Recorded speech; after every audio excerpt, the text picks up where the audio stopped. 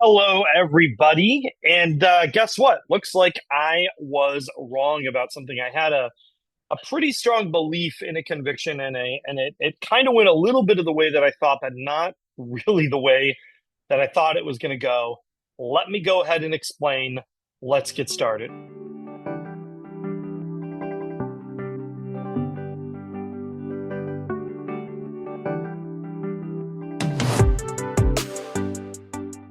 My name is Stephen Meade with Domicile Real Estate, where we are on a mission to help California's renters become homeowners. This is our Southern California first time buyer housing market update for September 30th, 2025. I want to jump right into this and tell you what my prediction was. I thought that the interest rate relief that we are currently now enjoying and receiving was really going to spur activity, particularly at the bottom end of the market, that entry level end of the market.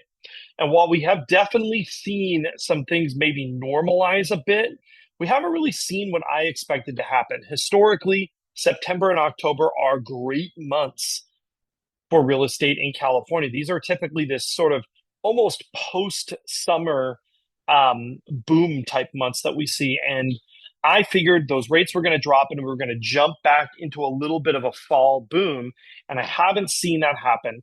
I want to go through the stats and I'm going to tell you because I think I have an idea of what is going on based on some of our anecdotal knowledge, some more conversations we're having out there with buyers and sellers, and what we are seeing in the market.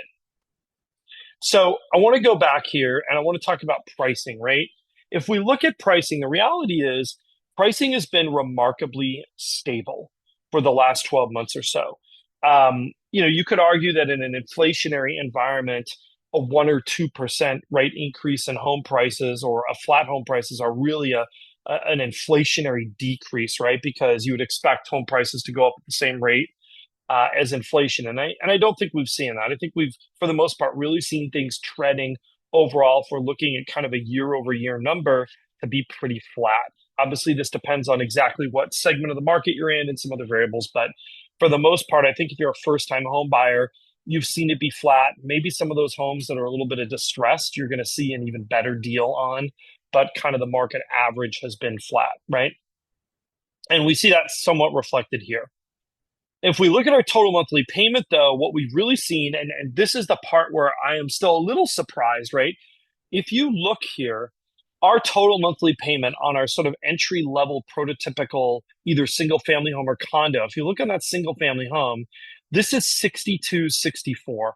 And if you look back, like what was our peak, right? Our peak was in June of this year when that number was 6905. So the reality is, since that peak number, there's around a $650 discount that buyers are seeing versus that. Even looking, where were we a year ago, right? Or a little bit over a year ago, we were in that, $6,500 mark. We're actually less, right? Like homes are actually cheaper for you to buy today than they were about a year ago. And that's true both in that single family home and that condo market. So for the buyers looking for relief or been waiting for a little bit of an easing, this is it. It might not look like exactly what perhaps you had hoped for, but you are definitely in a better off position from a payment standpoint today than you were about a year ago.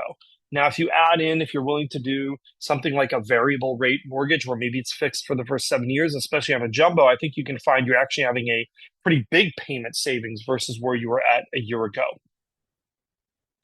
If we take a look here at our minimum household income required, we're seeing a number here, $153,000 for our entry-level single-family home and $105,000 for our entry-level condo. And remember, this is based on a 5% down, but you don't have any other debts. So, and this is across LA and Orange County. So, for all the talk of how housing is completely unaffordable, remember, this is a household income requirement.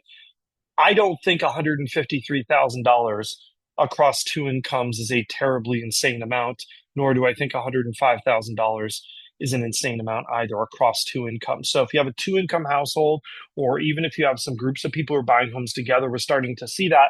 I don't think homeownership is unattainable or out of reach. I think it is very much in reach. And in fact, it is more in reach today than it was a year ago. If we look at our absorption rate, this is the one where I really thought we were going to see this really rebound in a more interesting way. I thought this was going to be more significant. I thought we were going to, both of these numbers, both entry level single family home and condo, I thought we were going to see these jump to around that 80% level. And it hasn't quite happened. And I think a big reason for that is despite some of these economic tailwinds, right? Like lower interest rates, lower payments, I think we have a lot of people who are very uncertain economically about the future. They are very unwilling to make big decisions. And I'm seeing that anecdotally, right, with our clients when we talk to them. They're just nervous about making big commitments because they're uncertain of the future, whether that be on a micro level, right, their own job, or on more of a macro, where is the country going kind of a feeling. And I think we're still seeing some lingering effects of that. People who are uncertain usually choose to do nothing at all. If we take a look here at our total inventory, right, that has actually crested and eased a bit. Are we still higher than we were at this point last year? Yes, we are higher, but realistically, I think we're seeing similar transaction volumes as we were seeing last year. So I don't think demand has really let up. It just hasn't grown by the amount that I think we would have expected given sort of the payment opportunities that are out there. If we look at our 14-day still active percent, again, remember, higher numbers mean a more competitive market. We see those condos, that number is higher, meaning, or actually, I'm sorry, I misspoke, that is a less competitive market. The higher this is, the less competitive that market. If it goes down, you see that it's a more competitive market. We've got a tale of two different things here. The blue line is entry-level single-family homes, and that, in fact, has been a very gentle decline in this number, indicating a more competitive market. Whereas this red line has gone up, that is for our condos, it has become a less competitive market. I think there's some very condo-specific reasons why that's happening. In fact, if you are interested in us doing kind of a condo deep dive video, I kind of want to do one. There's kind of a bunch of things going on. Put that below in the comments. If you look at our week supply of homes, I think this really kind of tells the story of why we're seeing some of those numbers. Now, when we talk about absolute inventory, like how many houses are there, that's a great number because it's a very accessible number to people. When you say you've got 5,000 homes on the market, that means a lot. But the relative inventory number is probably a bit more important because this is indexed to how fast are the homes actually selling. And if you look here, we're at about 9.5 weeks for those single family homes.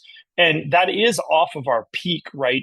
But it is still higher than we were this spring. I really expected us to get more towards those spring numbers in terms of relative inventory. I thought that we were going to see that increased volume to do that, and it didn't. If you look at our condo number, that has been steadily dropping, but it kind of bounced back a little bit. And I don't know if that's a single week aberration or we're just really meant to be in that 17-week zone. Again, there are some things going on in the condo market that are very specific to the condo market. That I think are really having an effect on that space. In fact, I've got a client right now that is thinking of investing into condos because they're actually seeing a bit of an opportunity. I see it too. You just have to be very careful in how you do that. So kind of an interesting week. I really expected we'd be in a little bit of a different spot here heading into October. I thought we'd see more of a jump in some of these immediate statistics, especially like that absorption rate. I really thought I was going to see a little bit stronger of a showing there in the market, and we haven't. I think a lot of it is just really down to this sort of emotional and psychological uncertainty in the market. Anyhow, thanks so much for watching. Questions, comments, we love them. Do not forget to like, subscribe, or hit that notification bell.